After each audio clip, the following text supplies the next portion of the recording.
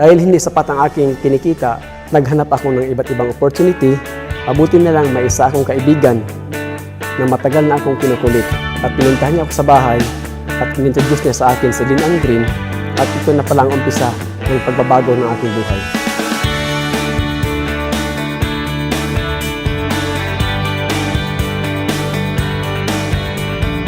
Marami akong pinagdaanan na challenges sa negosyong ito. Isa na roon yung asawa ko. Noong una, tutol siya sa negosyong ito. Pero tinuloy-tuloy ko lang dahil alam ko sa sarili ko na dito ko unti-unting matupad ang aking mga pangarap.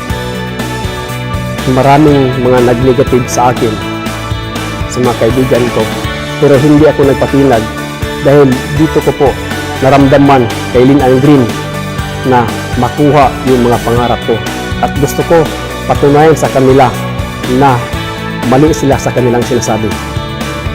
And after 6 months, nung dumating si Lynn Ann Green sa buhay namin, unti-unti ko nang natupad ang aking mga pangarap. At dahil kay Lynn Ann Green, nailabas ko ang Top of the Line Montero 2018. At bukod pa doon, nakapag-travel kami ng 2 beses sa Hong Kong at Macau at naging millionaire circle kami ni Mrs. At sa loob ng 1 taon, kumita kami mag-asawa mahigit kumulang ng 5 milyon.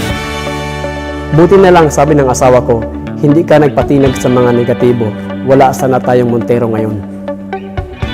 Hindi ko lubos akalain na sa hirap ng buhay namin dati na mangyari sa amin ito. Na dito ko naranasan at dito ko natupad ang aking mga pangarap. At nagpapasalamat ako una sa Panginoon at sa Lynn Ann Green at lalong-lalo na kay Vice Noel Wayne Fajarillo dahil sa kanya dinala niya ako sa Lynn Ann Green at dito ko unting-unting natupad ang aking mga pangarap. At para sa mga taong nanonood nito, nandito na po tayo sa tamang company, tamang sistema at tamang opportunity. Trabahuin mo na lang, ikaw na ang kasunod. Huwag kayong mawalan ng pag-asa. Hindi hadlang ang kahirapan para maabot ang ating mga pangarap sa buhay.